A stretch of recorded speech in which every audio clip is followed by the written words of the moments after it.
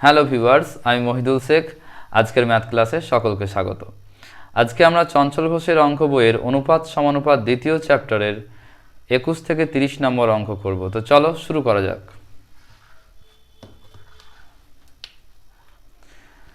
দেখো 21 নম্বর অঙ্ক কি বলেছে। 21 নম্বর অঙ্কে বলেছে দুটি সংখ্যার অনুপাত 17:31। সংখ্যা দুটির সঙ্গে কত যোগ করলে অনুপাত হবে 13:20। তাহলে দেখো সংখ্যা দুটির অনুপাত বলা আছে 17:31। তারপর উভয় সংখ্যার সঙ্গে কত যোগ করলে অনুপাতটা হবে 13:20। কি যোগ করলে এটা হবে,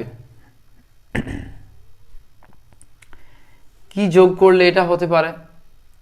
তো দেখো আমরা এটার সঙ্গেও একটা যোগ করব, এটার সঙ্গেও একটা যোগ করব, সেম একটা জিনিস, একটা সংখ্যা যোগ করার ফলে এটা হবে। তো যোগ করছি সেম একটা সংখ্যা এখানে আর এখানে, তাহলে অনুপাতের বৃদ্ধি হবে।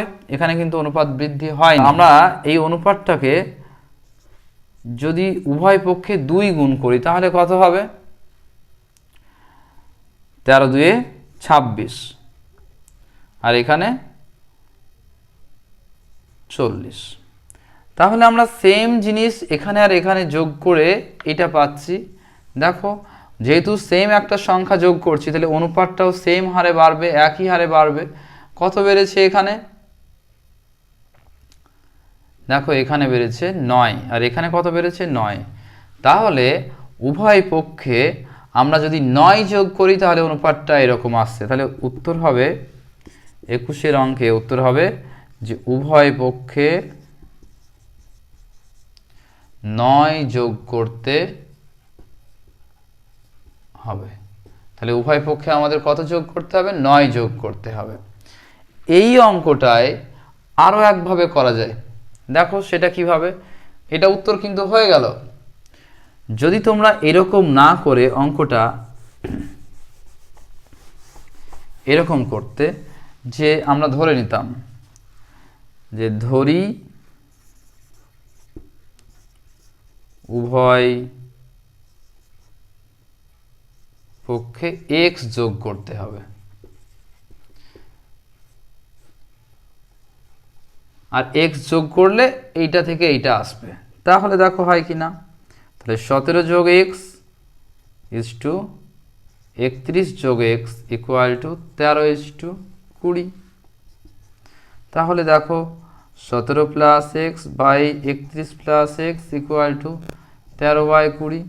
গুণ করো, কোনাকুনি গুণ, কোনাকুনি গুণ করলে এদিকে হচ্ছে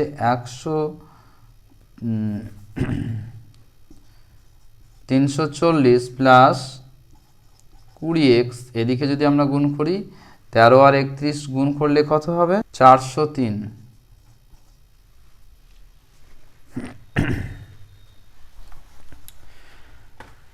তাহলে 403 + 13x। এরপরে কি হবে? x গুলোকে যদি একদিকে করি 13x এদিকে নিয়ে আসলে কি হবে? মাইনাস হবে। তাহলে 20x থেকে 13x মাইনাস করলে হবে 7x।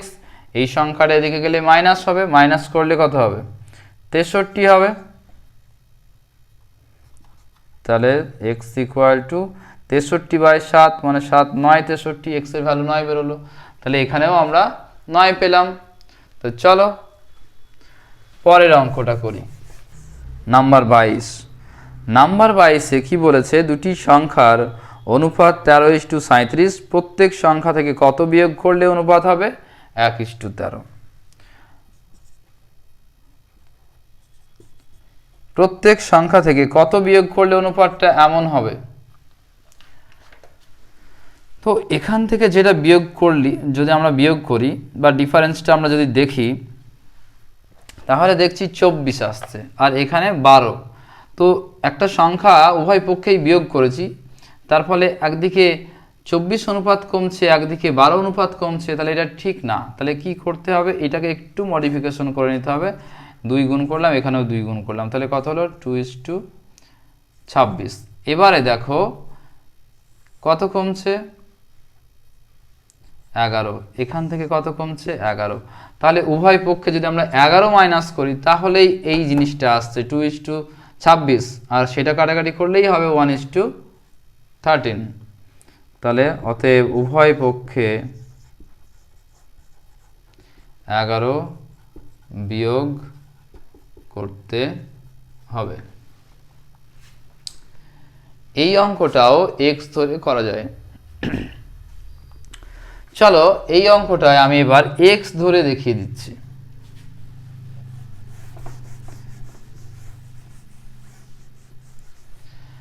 আমরা ধরে নেব যে এক্স বিয়োগ করতে হবে উভয় পক্ষে। যদি এক্স বিয়োগ করি তাহলে এমন হবে, ধরি এক্স বিয়োগ করতে হবে। তাহলে কি 13 minus x is two 37 minus x, এটা যদি করি তাহলে 1:13 কোশ্চেনের ভাষা অনুযায়ী।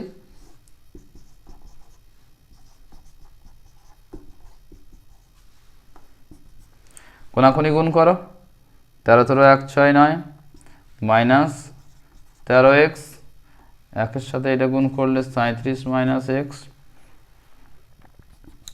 এক্সগুলোকে একদিকে নিয়ে আসো, এই এক্স যদি আমরা এদিকে নিয়ে আসি প্লাস হয়ে যাবে। তাহলে দেখো 13x প্লাস এক্স, আর ওইদিকে কী হবে 37, এইটা ওদিকে গেলে মাইনাস হয়ে যাবে 169। তাহলে এটা কত হবে -12x, এটা মাইনাস করলে কত হবে 7 আর 2 9 থাকে 4।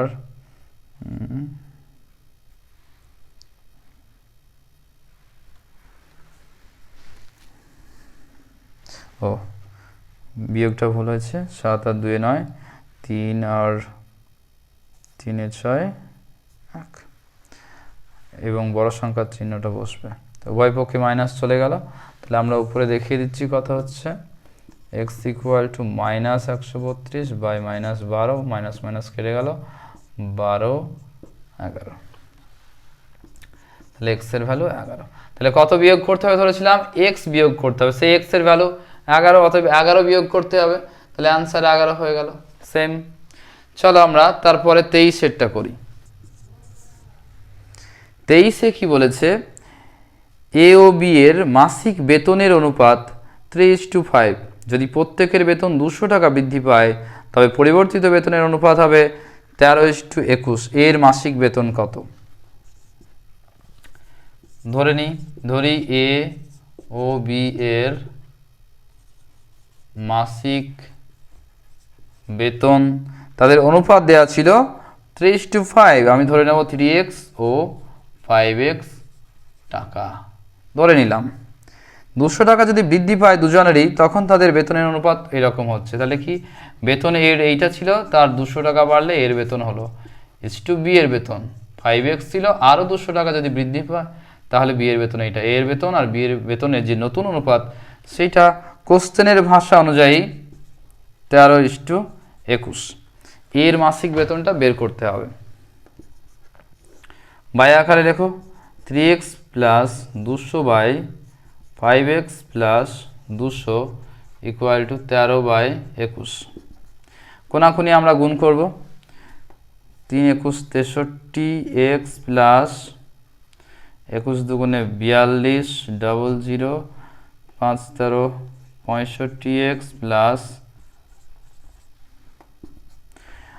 এইবার আমরা এক্সগুলোকে একদিকে নিয়ে আসবো। ধরে নাও এক্স এটাকে এদিকে নিয়ে আসলাম, তাহলে কি হবে মাইনাস হবে, এটাকে ওদিকে নিয়ে যাবো তাহলে কি হবে 4200 ওদিকে নিয়ে গেলে মাইনাস হবে, তাহলে কি হবে 65x আর 63x, চিহ্ন বিয়োগ আলাদা চিহ্ন, তাহলে বিয়োগ করতে হবে 2x এবং বড় সংখ্যার চিহ্নটা বসবে, বড় সংখ্যার চিহ্ন কি মাইনাস, আর এদিকে দেখো বিয়োগ, বিয়োগ করার ফলে কত আসবে এখানে 1600, কিন্তু বড় সংখ্যার চিহ্নটা বসবে, বড় সংখ্যার চিহ্ন মাইনাস। তো উভয় পক্ষের মাইনাস চলে গেল, মাইনাস মাইনাস কেটে দিলাম। তাহলে x ইকুয়াল টু কী হবে 1600/2, 2 কাটাকাটি করলে হবে 800। তাহলে x এর ভ্যালু কত পেলাম 800। তাহলে এর বেতন কত হবে, তার মানে x এর ভ্যালু আমরা পেলাম x ইকুয়াল টু 800। অতএব এ এর বেতন অর্থাৎ মাসিক যে বেতন সেটা কত, ধরেছিলাম এর মাসিক বেতন 3x, এখন এক্স এর ভ্যালু বেরিয়েছে কত 800, বসিয়ে দাও, তাহলে এর বেতন কত দাঁড়ালো 3 × 8 2400 টাকা। আমরা 23-এর অঙ্কটা করলাম, বোঝা গেল 23-এর অঙ্ক। চলো এবার আমরা 24-এর অঙ্কটা করব। নাম্বার 24-এর অঙ্কে দেখো কি বলেছে, এর আয় সি এর আয়ের 1/5 অংশ, তাহলে সি এর কত 1/5 অংশ, সি এর 1/5 অংশ, তাহলে এর আয় সি এর আয়ের এত অংশ লিখলাম। এরপরে কি বলেছে, সি এর আয় বি এর আয়ের কত অংশ 3/4 অংশ, এ ও বি এর আয়ের অনুপাতটা বের করতে হবে। সি ইন্টু এই পূর্ণটা ভাঙলে হবে 5 × 5, 5 × 6/5, আর এখানে কি হচ্ছে বি গণিত 3/4, এর মানে গুণ। এরপরে আমরা কি করব, যেহেতু আমার চেয়েছে এ এবং বি এর আয়ের অনুপাত, মানে এ আর বি কে একটা ফর্মুলার মধ্যে নিয়ে আসবো, একটা সমীকরণের মধ্যে, এখানে সি থাকবে না, তাহলে এ ইজ টু বি পাওয়া যাবে। তাহলে এ ইকুয়াল টু এইটা আবার লিখবো, এ ইকুয়াল টু এই সিটাকে আর লিখবো না, সি এর বদলে সি ইকুয়াল টু আমরা জেনেছি সি ইকুয়াল টু এইটা, দেখো সি মানেই হলো এইটা, তাহলে সি এর জায়গায় এখন এইটা তুলে এনে এখানে বসাবো, সি যার ভ্যালু হচ্ছে কত বি ইন্টু 3/4 ইন্টু 6/5 আছে। এরপরে লাইনে বি এদিক থেকে এদিকে নিয়ে আসতে কি হবে বাই হয়ে যাবে, আর এদিকে তো এটা আছে 2 × 2 = 4, 2 × 3 = 6, তাহলে কি হলো 3 × 3 = 9 আর 5 × 2 = 10, তাহলে এ ইজ টু বি আমরা কি পেলাম 9:10, অতএব এ ও বি এর আয়ের অনুপাত 9:10, এবং এটাই হয়ে গেল সঠিক অ্যান্সার। তো চলো আমরা পরের অঙ্কে চলে যাই। দেখো 25 নম্বর অঙ্ক। 25 নম্বর অঙ্কে কি বলেছে, এ ও বি এর মাসিক আয়ের অনুপাত 5:6 এবং ব্যয়ের অনুপাত 4:5, যদি উভয়ের সঞ্চয় 500 টাকা হয় তাহলে এর আয় কত। তাহলে কোশ্চেনে বলা আছে এ ও বি এর আয়ের মাসিক আয়ের অনুপাত 5:6, তাহলে আমরা কি করব ধরে নেব, ধরি এ ও বি এর মাসিক আয়ের অনুপাত ছিল কি 5:6, তাহলে কি ধরে নেব আমি এ ও বি এর মাসিক আয় 5x ও 6x টাকা। যেহেতু এ ও বি এর মাসিক আয়ের অনুপাত 5:6, তাই আমি ধরে নিলাম এ এর আয় 5x টাকা আর বি এর আয় 6x টাকা। এরপরে উভয়ে প্রত্যেক মাসে সঞ্চয় করে 500 টাকা করে, তাহলে তার খরচ কত, ব্যয় কত। মাসিক আয় 5x, সেখানে সে যদি 500 টাকা সঞ্চয় করে তাহলে তার ব্যয় কত, ওই 500 বাদ দিয়ে বাকিটা সঞ্চয়, তার মানে 5x - 500 এটা হলো এর ব্যয়, 500 যে সঞ্চয় বাদ দিলাম তাহলে পাওয়া গেল এটা এর ব্যয়। বি এর ব্যয় কত, বি এর এই যে আয় সেখান থেকে বি এর সঞ্চয়টাকে যদি আমি বাদ দিই, সঞ্চয় 500 টাকা, দুজনেরই সঞ্চয় 500, সেই 500 কে যদি বাদ দিই তাহলে বি এর ব্যয়টা পাওয়া গেল। তাহলে এর ব্যয় আর বি এর ব্যয় তাদের যে অনুপাত, সেই অনুপাতটা কত কোশ্চেনে দেওয়া আছে 4:5। আয় থেকে যদি সঞ্চয় বাদ দেওয়া হয় তাহলে খরচ পাওয়া যায়, এটা হলো এর আয় আর এর সঞ্চয় 500 টাকা, সঞ্চয় যদি 500 তাহলে বাকিটা ব্যয় করেছে, তাহলে এই আয় থেকে সঞ্চয়টা যদি বাদ দিই 500 বাদ দিই বাকিটা হলো ব্যয়। তেমনি বি এর আয় থেকে যদি বি এর সঞ্চয়টাকে বাদ দিই তাহলে বাকিটা তার ব্যয়, তাহলে এর ব্যয় আর বি এর ব্যয় তাদের অনুপাত কোশ্চেনে দেওয়া আছে 4:5।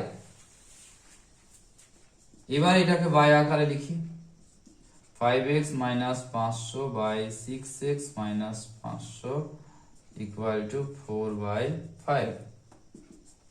কোনাকুনি গুণ করো, 5 × 5 = 25x - 5 × 5 = 25, 0 0 4 6 24x - 4 5 20 00। এবার এই 25x আর এদিকে আছে 24x, 24xটাকে সমান চিহ্নের এদিক থেকে যদি এদিকে নিয়ে আসি তাহলে মাইনাস হবে, 25x মাইনাস 24x, আর এই 2500 এটা এদিকে মাইনাস আছে, সমান চিহ্নের ওদিকে নিয়ে গেলে কি হবে, প্লাস হয়ে যাবে, এর আগে প্লাস, আর এদিকে কি আছে মাইনাস 2000 আছে। তাহলে এটা মাইনাস করলে কত হবে, 25x থেকে 24x বাদ দিলে শুধু একটা x থাকবে, আর এদিকে মাইনাস করলে হবে 500। আচ্ছা, উত্তরে চেয়েছে আমাদের বের করতে বলেছে, তাহলে এর আয় কত, তাহলে এর আয় কত হবে, এর আয় কত, কোনটা এর আয়, এইটা ধরেছিলাম, তাহলে x মানে যদি 500 হয় তাহলে 5x ইকুয়াল টু কত হবে, 2500। অতএব এ এর আয় কি ধরেছিলাম 5x, সেই জায়গায় আমরা x এর মান বসাবো, 5 ইন্টু x এর জায়গায় 500, তাহলে কি হবে 5 5 25 ডবল 0 এত টাকা, তাহলে এর আয় 2500 টাকা। চলো এবার আমরা 26 এর অঙ্ক করব। নাম্বার 26, একটি সমিতিতে পুরুষ ও মহিলা সদস্যের অনুপাত 5:4, ওই সমিতিতে আরো 45 জন মহিলা সদস্য যোগ দেওয়ায় পুরুষ ও মহিলার অনুপাত পূর্বের বিপরীত হয়। তো একটা সমিতিতে পুরুষ আর মহিলার অনুপাত 5:4, সমিতিতে আরো 45 জন মহিলা সদস্য যোগ দেওয়ার ফলে অনুপাতটা একদম পূর্বের বিপরীত হয়ে যায়।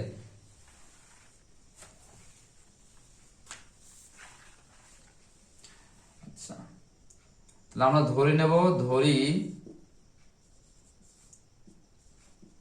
পুরুষ 5x জন ও মহিলা 4x জন। পুরুষ আর মহিলার অনুপাত দেওয়া আছে, অনুপাত দেওয়া থাকলে আমরা এইভাবে ধরবো, পুরুষ 5x আর মহিলা 4x জন।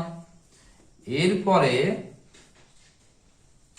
এই মহিলা 4x যে ছিল, আরো মহিলা এসেছে, 45টা মহিলা এসেছে, তাহলে পুরুষ তো আসেনি, তাহলে পুরুষ 5x আছে, মহিলা এত প্লাস 45, তাহলে এই যে পুরুষ এইটা মহিলা এইটা নতুন যে অনুপাত হলো, সেই অনুপাতটা পূর্বের যে অনুপাত ছিল এটা উল্টে যাবে। কোশ্চেনে দেওয়া আছে যদি 45টা মহিলা আসে তাহলে পূর্বের যে অনুপাত সেই অনুপাতটার বিপরীত অনুপাত হবে, অর্থাৎ এই যে নতুন অনুপাত মহিলা আসার পরে সেটা পূর্বের বিপরীত হবে, মানে 4:5 হয়ে যাবে, 5:4 ছিল 4:5 হয়ে যাবে। 5x বাই 4x প্লাস 45, এদিকে 4/5, কোনাকুনি আমরা গুণ করব, 5 5 25x, আর এই কোনাকুনি গুণ করলে 4 4 16x প্লাস 4 45 180। x গুলোকে একদিকে নিয়ে আসি, 16x ওইদিকে ছিল, এদিকে আসলে মাইনাস হয়ে গেল, এদিকে থাকলো 180, মাইনাস করলে কত হবে 9x ইকুয়াল টু 180, তাহলে x এর ভ্যালু কি হবে 180/9, 9 2 18 20, তাহলে x সমান সমান আমরা কি পেলাম 20, x ইকুয়াল টু 20। চেয়েছে পুরুষ সদস্য কতজন, অতএব পুরুষ সদস্য কত, পুরুষ সদস্য আমরা ধরেছিলাম 5x, তো x এর ভ্যালু এখন পেয়েছি 20, তাহলে 5 × 20 ইকুয়াল টু 100 জন। এবারে আমরা 26 নাম্বার অঙ্ক করব। চলো শুরু করা যাক 26 নাম্বার অঙ্ক। এই সরি 26 হয়ে গেল, আমরা 27 নম্বর অঙ্ক শুরু করব। চলো 27 নম্বর অঙ্কে কি বলেছে, দুটি সংখ্যার যোগফলের 40%, সংখ্যা দুটির বিয়োগফলের 50% সমান হলে বড় ও ছোট সংখ্যার অনুপাত কত। তাহলে ধরি সংখ্যা দুটি x ও y, তাহলে যোগফল কত সংখ্যা দুটির এইটা, আর বিয়োগফল কত x মাইনাস y। সংখ্যা দুটি যদি এইটা হয় তাহলে যোগফল হবে এইটা, বিয়োগফল হবে এইটা, কিন্তু এই যোগফল আর বিয়োগফল সমান নয়। যোগফলের 40%, তা এইটার 40% মানে কি, এইটা ইন্টু 40/100 আর এইটার বিয়োগফলের 50%, মানে বিয়োগফল ইনটু 50/100। যোগফলের 40% আর বিয়োগফলের 50% সমান। কোশ্চেনে দেওয়া আছে যে দুটো যোগফলের 40%, এটা যোগ করলাম তার 40% বের করলাম, আর এই দুটোর বিয়োগফলের 50%, এটা 50% বের করলাম। এই 40% আর 50% সমান। যোগফলের 40% সমান বিয়োগফলের 50%, কোশ্চেনে দেওয়া ছিল। এরপরে আমরা চলো শুরু করি। উভয় পক্ষে 100 যে ভাগ ছিল কেটে গেল, আর এই 0 এটাও কেটে গেল। তাহলে কি হবে? 4 গুণ করলে 4x প্লাস 4y, 5 যদি গুণ করি 5x মাইনাস 5y। এরপরে x গুলোকে আমরা একদিকে করব, এই 5x এদিকে নিয়ে আসবো, 4x মাইনাস 5x, কারণ কি 5x এদিকে প্লাস, এদিকে আসলে মাইনাস হয়ে যাবে, পড়ে থাকলে এদিকে মাইনাস 5y, আর 4x এদিকে প্লাস, তার আগে এই 4x ওদিকে গেলে মাইনাস হয়ে যাবে। তাহলে কি হলো? এটা বিয়োগ করলে হবে মাইনাস এক্স, আর এটা একই চিহ্ন, দুটোই বিয়োগ, তাহলে যোগ হয়ে যাবে মাইনাস 9y। এরপর আমাদের বের করতে দেওয়া হয়েছে যে বড় ও ছোট সংখ্যার অনুপাত কত। অনুপাতটা কি হবে? x বাই y, উভয় পক্ষে মাইনাস কেটে দাও, তাহলে কি হবে? x বাই y, গুণ আছে তাহলে এদিকে আসলে বাই হয়ে গেল, ইকুয়াল টু 9, বা x by y equal to 9/1। তাহলে তাদের অনুপাত কি দাঁড়ালো? বড় সংখ্যার ছোট সংখ্যার অনুপাত x/y ইকুয়াল টু 9:1। তাহলে বড় এবং ছোট সংখ্যার অনুপাত 9:1।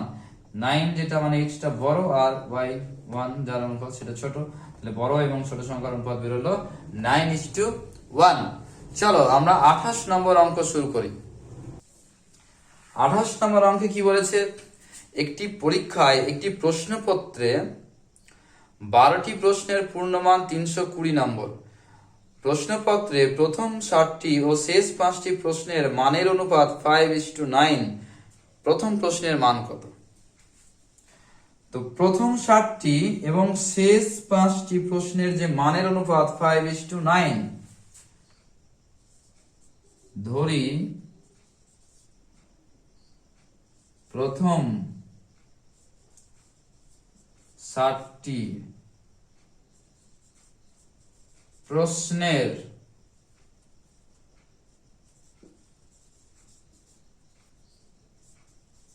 প্রত্যেকটির মান 5x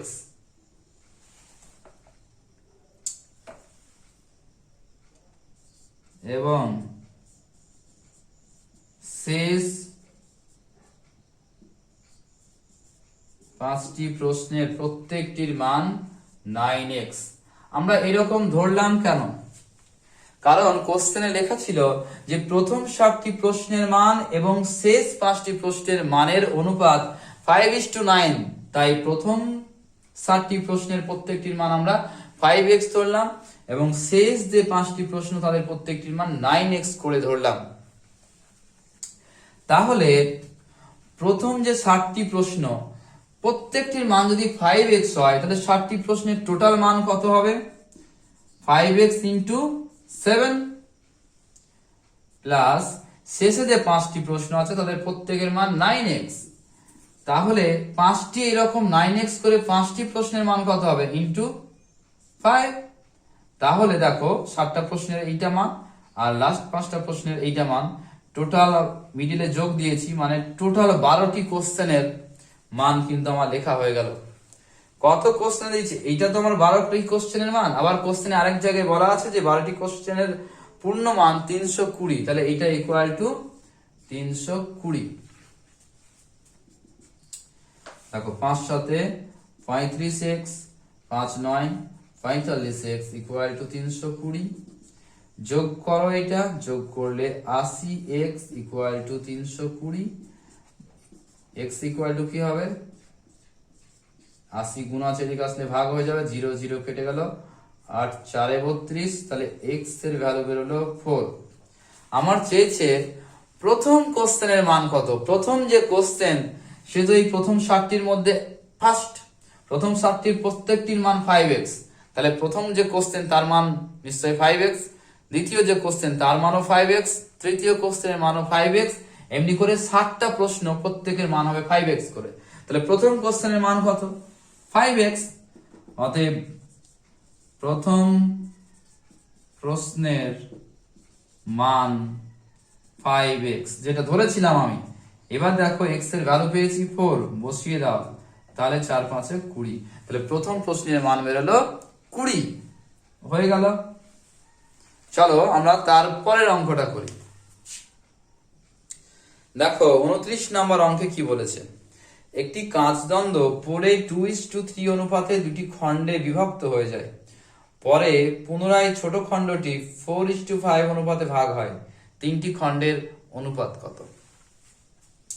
তাহলে আমার যেহেতু বলা আছে যে পরে দুভাগে ভাগ হয়ে গেল 2:3 অনুপাতে, তাহলে আমরা ধরে নেব একটা ভাগ হচ্ছে 2x আর একটা ভাগ হচ্ছে যার দৈর্ঘ্য 3x, এইভাবে ধরে নেব। এই অঙ্কটা আমি ভাষা লিখছি না, জাস্ট করে দিচ্ছি। যেহেতু বলেছে 2:3 অনুপাতে দ্বন্দ্বটা ভাগ হবে, তাহলে আমরা ধরে নিলাম এটা 2x একক দৈর্ঘ্য আর এইটুকুর দৈর্ঘ্য 3x একক, এটা বড় করে ধরে নিলাম, এটা 3x একক, দুভাগে এখান থেকে ভাগ হয়ে গেল। তাহলে এইটার দৈর্ঘ্য 2x, এটার দৈর্ঘ্য 3x একক। এরপরে এই ছোট দ্বন্দ্বটি কোশ্চেনে দেখো, তোমরা দেখতে পাচ্ছ কোশ্চেনে যে ছোট দ্বন্দ্বটি আবারও ভাগ হয়ে গেল 4:5 অনুপাতে। তাহলে এইটা যদি 4:5 অনুপাতে আবারও ভাগ হয়, তাহলে এই দ্বন্দ্বটা এরকম ভাবে আবারও দুটো ভাগে ভাগে, এটা আর নেই, এটা আবারও ভেঙে এরকম হয়ে গেল। তাহলে এটার দৈর্ঘ্য কত হবে? এটা তো 2x ধরেছিলাম, তাহলে 2x ইন্টু 4:5 অনুপাতে, তাহলে এটা ইন্টু 4/4:5 মানে 4/9, আর এইটা কি হবে 2 ইন্টু 5/9, আনুপাতিক ভাগহার দিয়ে আমরা গুণ করলাম। তাহলে নতুন যে অনুপাত পাবো, এই টুকরো আর এই টুকরো, আর তো নেই, এটা তো নেই, এটা তো এই দুটো হয়ে গেল। তাহলে তিনটে যে টুকরোর অনুপাত, এইটা ইস্টু এইটা ইস্টু এইটা। তাহলে প্রথমে দেওয়া ছিল যে দ্বন্দ্বটা 2:3 অনুপাতে ভাগ হলো, তাহলে একটাকে ধরলাম 2x দৈর্ঘ্যের আর একটাকে ধরলাম 3x দৈর্ঘ্যের, এইভাবে ভাগ হলো। পরে এইটা আবারও 4:5 অনুপাতে ভাগ হলো, তাহলে এইটা যদি 2x কে আমরা 4:5, তাহলে এক একটা আনুপাতিক ভাগ কত হবে? এইটার মধ্যে এরকম ভাবে যদি ভাগ হয় 2x টা, তাহলে কি হবে? এইটা ইন্টু 4 এই দুটো যোগ করে কত হয়? 9 হয়। তাহলে 4/9, এইটা একটা ভাগ, আর একটা ভাগ কি হবে? 2x ইন্টু 5/5 কত? এই দুটো যোগ করে কত হয়? 9, 5/9। তো সেটাই আমি লিখেছি, দেখো সেটাই লিখেছি, একটা ভাগ এইটা হয়েছে আর একটা ভাগ এইটা হয়েছে, 4:5 এর মধ্যে ভাগ করলে এটা হয়। তাহলে এই তিনটি টুকরের অনুপাত কত হবে?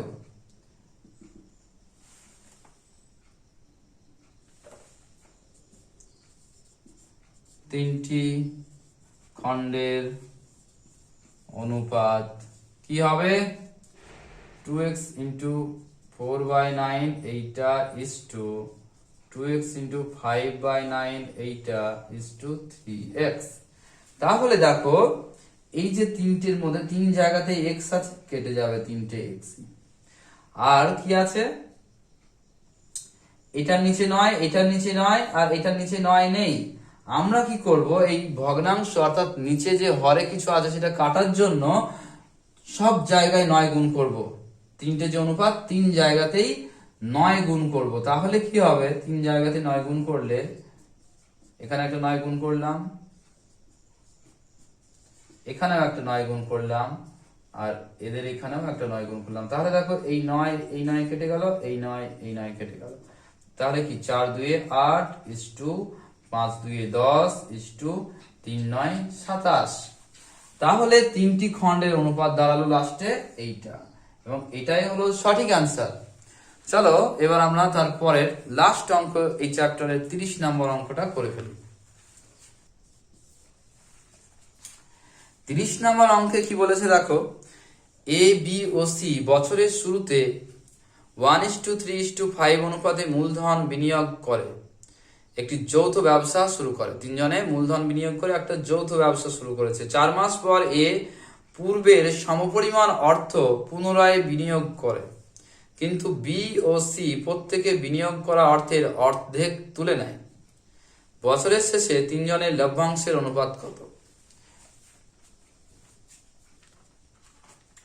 আমরা এক জায়গায় লিখে নিই, লভ্যাংশের অনুপাত মানে হলো বিনিয়োগের অনুপাত ইন্টু সময়ের অনুপাত।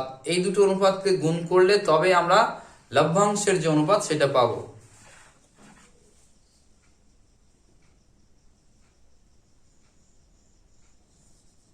ধরি এ বি ও সি বছরের শুরুতে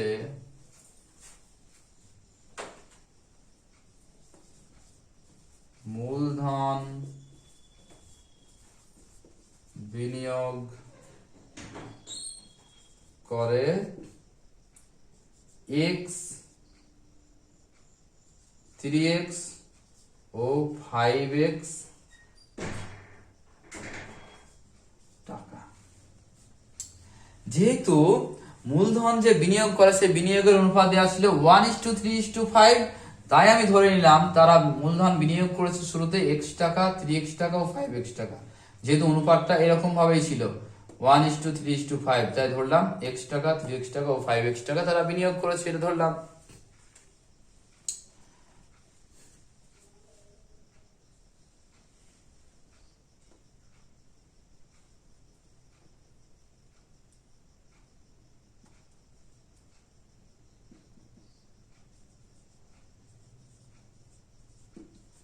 বছরের শেষে তাদের লভ্যাংশের অনুপাত কি অনুপাত হবে? আমি তো বললাম বছরের শেষে তারা লাভ ভাগ করতে পারবে, মূলধন বিনিয়োগ যেটা করেছে তাদের অনুপাত, মূলধনের অনুপাত ইন্টু সময়ের অনুপাত। এ যে x টাকা দিয়েছে সেইটা 4 মাস পরে এ পূর্বের সমপরিমাণ অর্থ পুনরায় বিনিয়োগ করে, মানে এর যে x টাকা সেটা 4 মাস কেটেছে, তাহলে এর মূলধন ইন্টু তার সময় 4, এটা আমরা গুণ করলাম। 4 মাস পরে কি হয়েছে, এ আরো x টাকা দিয়েছে, মানে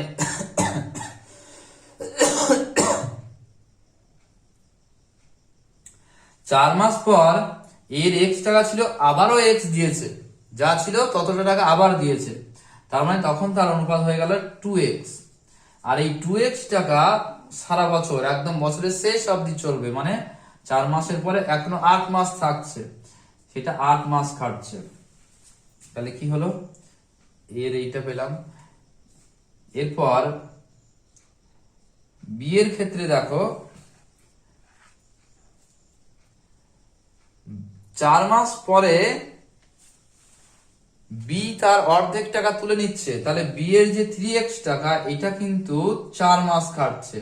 তারপরে এই যে 3x টাকা থাকছে না, অর্ধেক তুলে নিচ্ছে, তাহলে অর্ধেক যদি তুলে নেয় তাহলে তার এই টাকাটা কি হয়ে যাবে, হাফ 3x/2, এবং এই টাকা 8 মাস ধরে চলছে। এটা হয়ে গেল বি এর ব্যাপার। এবার সি 5x টাকা দিয়েছে, এটা 4 মাস খাটছে, তাহলে 5x × 4 প্লাস, তারপরে দেখো এই যে 5x, এই 5x আর 5x থাকছে না, অর্ধেক তুলে নিয়েছে, তাহলে 5x/2 হাফ হয়ে গেল টাকাটা, এবং এটা বাকি 8 মাস ধরে খাটলো। তাহলে এ বি সি তাদের মূলধনের অনুপাত আমরা বের করলাম। এই তাদের হচ্ছে গিয়ে তোমার লভ্যাংশের অনুপাত, মূলধন আর সময় গুণ করে এ বি সি এর লাভের অনুপাতটা বের করলাম। তো এইটা ক্যালকুলেশন করে যেটা আসবে সেটাই হবে উত্তর। তাহলে 4x, x আর 4 গুণ করে 4x plus 8 2 16x is to 4 3 12x plus এ দেখো 2 4 8 কেটে গেল, তাহলে 4 3 12x, আর এখানে দেখো 2 4 8, তাহলে 5 4 20x প্লাস 5 4 20x, তাহলে এইটা করলে কত হচ্ছে 4x আর 16x 20x প্লাস এটা হচ্ছে 24x আর এটা হচ্ছে 20 20 40x। সব জায়গায় x x x কেটে গেল, আর এইটা আরো কাটা যাবে, 4 5 20, 4 6 24, 4 10 40, 5:6:10। তাহলে এ বি সি বছরের শেষে যে লভ্যাংশের অনুপাত হবে তাদের, সেটা হচ্ছে 5:6:10। তাহলে বোঝা গেল আশা করি। তো চ্যানেলটা যদি ভালো লাগে তাহলে তোমরা অবশ্যই সাবস্ক্রাইব করে দিও।